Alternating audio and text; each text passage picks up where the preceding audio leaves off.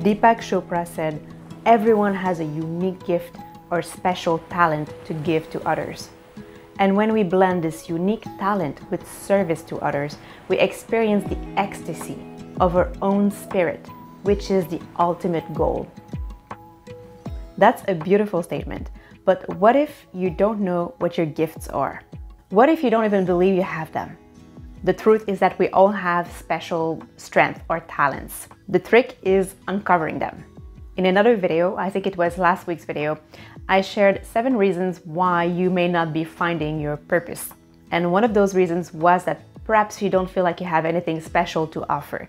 Perhaps you don't know what your talents or gifts are. So I briefly touched on that topic in that other video, but today I'd like to go deeper. I'd like to explore the idea of uncovering our gifts more truly because I think it's very, very important. As Deepak Chopra says, knowing our gifts and then using them to create value in the world is one of the most fulfilling, one of the most satisfying things we can do. It's also an aspect of living our Dharma or purpose. What I'll share with you today are tools, or more specifically, quizzes and personality tests that I often use when working with people to help them uncover their strength and find their calling and get a sense of purpose. And before I get into that, there are a couple of things that are helpful when it comes to uncovering our talents. The first thing is that our natural talents or gifts are interconnected with our true desires or our heart's desires, and also some aspects of our personality. These things cannot really be separated. Here's what I mean. You can think of your desires, your true desires, as breadcrumbs guiding you to your most authentic life path, to your Dharma, to your purpose. Your natural strength and talents are there for a reason. They are there to help you pursue those desires. They are like tools helping you in your journey. And the same is true for some innate aspects of your personality. For example, if you've always been very independent, well, there's probably a reason for that. So your gifts, your desires, and some aspects of your personality work together toward a same goal or a same pursuit, living your Dharma. And it's not just my opinion, it's something I read in many channeled books. The second thing I want to clarify is that a gift is not necessarily like one skill. It can be a combination of different things.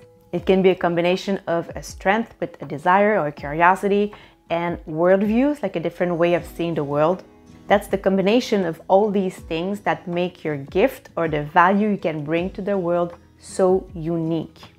For example, there are many talented painters, but they all have different styles, different preferences, different life experiences and worldviews, different muses. What makes their art unique is the combination of all these things. So let's explore some ways you can uncover your gifts. The first tool I found helpful is the Holland Code test. You may have taken it in high school. I did. I took it a couple of times in high school, maybe I think once in my early 20s and once a few years ago, like in my early 30s. I got the same result each time. There are several free online tests based on the Holland Code. One I like is on the Truthys website. I'll put the link in the description below. I'll put all the links of the quizzes and tests I'll mention in this video in the description below. It only takes a few minutes to take the test and then you'll get your career interest profile. There are 6 total interests and each has its own set of typical work tasks, roles, and values. The 6 interests are building or realistic, thinking or investigative, creating or artistic, helping or social, persuading or enterprising, and organizing or conventional. Basically, the idea with this test is that a career that matches your interest profile is more likely to satisfy or fulfill you. I'll show you how you can use the information from that test to identify some of your strengths. So here you have my results. My top interest area is artistic or creating. The second is enterprising, and the third is social or helping. Then below you have a short description of each interest area. And then you have your core values, key personality traits, and job task examples that could be a good fit for your profile. So what I encourage you to do here is not to look at this information and say, okay, so that's how I am and that's what I should do. No, how I like to use these quizzes or these test results is to look at the results and then look at the keywords that resonate with me and write those keywords down. For example, when I look at my results, like the core values of individuality, creativity, originality, freedom, flexibility, that's all really true. It really resonates with me. The key personality traits, independent, intuitive, sensitive, imaginative, spontaneous, that's really true. So I wrote those keywords down. Now you may think, but those are personality traits, they're not gifts. Remember, personality traits and gifts and desires are really interconnected. Being outgoing is a gift in a certain context for certain pursuits. Being quiet and introverted is also a gift in certain contexts. Based on my results, some of my gifts or originality and creativity, those are great, but they would probably not be very helpful in a factory. It depends on the context. It depends on the kind of pursuit, on our Dharma. The next 3 quizzes are my favorite. They come from the book Discover Your Dharma. I talked about one of those 3 quizzes in my other video that I mentioned earlier, and I will show you today exactly how I do it or how I use those quizzes to identify strengths and talents. The first one is the Dosha and Dharma quiz. The doshas are the 3 Ayurvedic archetypes or energy types. Ayurveda is said to be the oldest holistic health system in the world. It comes from India, and stick with me because it's one of the most fascinating things I've learned in the past few years. The 3 doshas or energy types or archetypes of Ayurveda are Vata, which is the air element, the creative, free-spirited energy. Pitta, the fire element, which is organized, think of go-getters, action takers. And Kapha, the earth energy or the nurturer. So we all have the 3 doshas within us in different amounts. We usually have one that's predominant. Each dosha has strength and weaknesses. For example, Vata has the gift of creativity and independent thinking. Pitta has the gift of action. They get things done. Kapha tends to be compassionate and present. Think of Oprah. So there are 2 ways you can know your dominant dosha. You could take Sahara free online dosha quiz, or if you have her book, or if you want to borrow it at the library, for example, then you can take the dosha quiz that's in the book, which is slightly different from her online quiz. The difference is that the online quiz gives you insight not just about your psychology, but also about your physical health, because again, Ayurveda is a holistic health system. And the quiz that's in the book is more related to our Dharma, or our strength and desires and natural inclinations, more like the psychological aspects of the doshas. So the idea here is, again, take the quiz and then read your results and take notes of the keywords that resonate with you.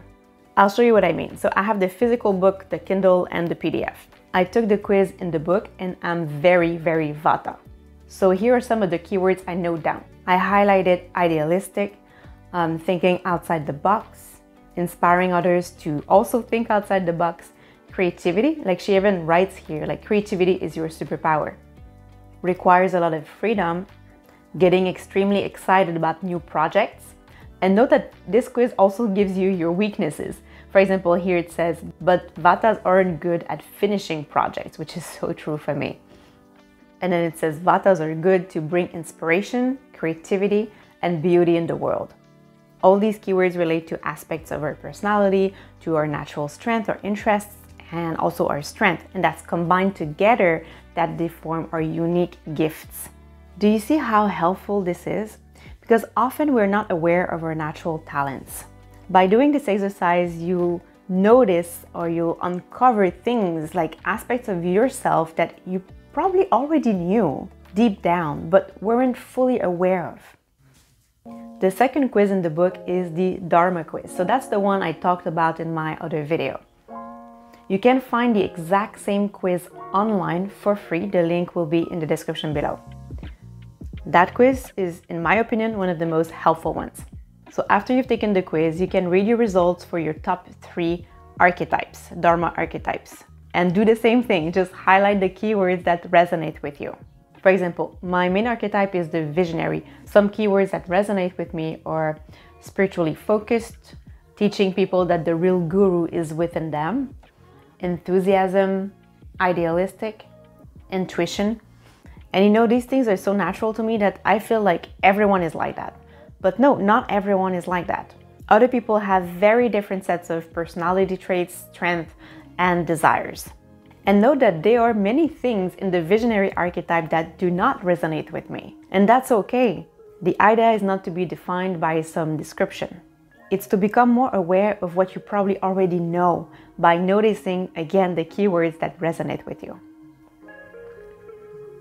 And the last quiz in this book that I found very helpful is super short, and it's about service. I'll do it with you here. So if you have a pen and a sheet of paper, you can just take notes of your results so that you can compile them after. But first, why is service so important? Because again, to use our gifts, our talents to add value to the lives of others is one of the most satisfying things we can do. Plus, according to many spiritual teachings, it's an aspect of living our purpose. So here are a few questions that will help you identify what's your favorite way to serve. How do you prefer to work?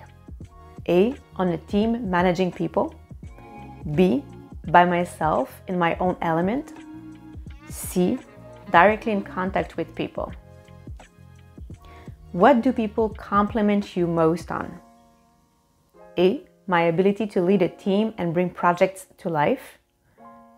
B, my creative ideas and ability to see the big picture. C, my patience and compassion. Someone comes to you needing support. How do you offer support? A, listen to their problem for a bit, then come up with a strategy to solve it. B, tell them that their soul chose this for a reason and that they have the strength within to overcome it. C, hold space for them and ask them questions to help them come up with their own answers. Now, my favorite question. You want to end world hunger. How do you help? A, you give a percentage of sales to an organization providing meals to the hungry. B, you create a video about world hunger. C, you volunteer to cook meals at a local shelter. And the last question, what excites you the most? A, building a business that transforms lives.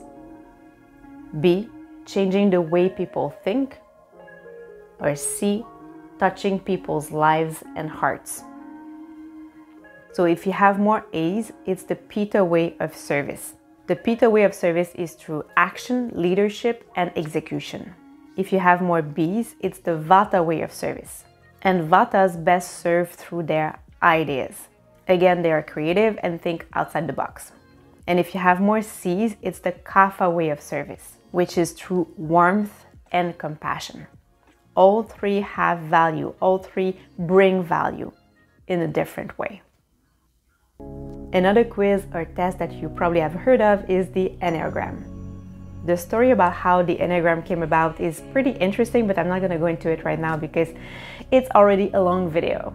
The Enneagram is divided into 9 profiles or 9 types. So when you take the quiz, you'll have your primary profiles. For example, I'm a 7.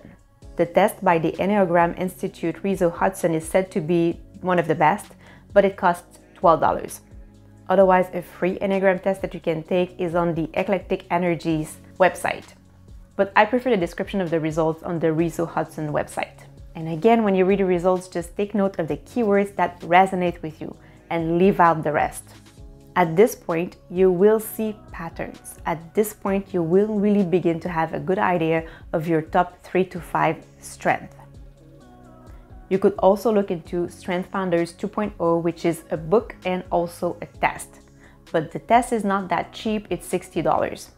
But if you do choose to take it, then you'll have your kind of strength profile, which is a breakdown of 34 different strengths. Again, look for the keywords that resonate with you. People generally find the information from this test to be very helpful. I'll repeat it again because I think it's very important. What really matters is that we follow what makes us feel alive, that we follow our heart's desires. Our natural strength and gifts or just there as tools to support us in our journey.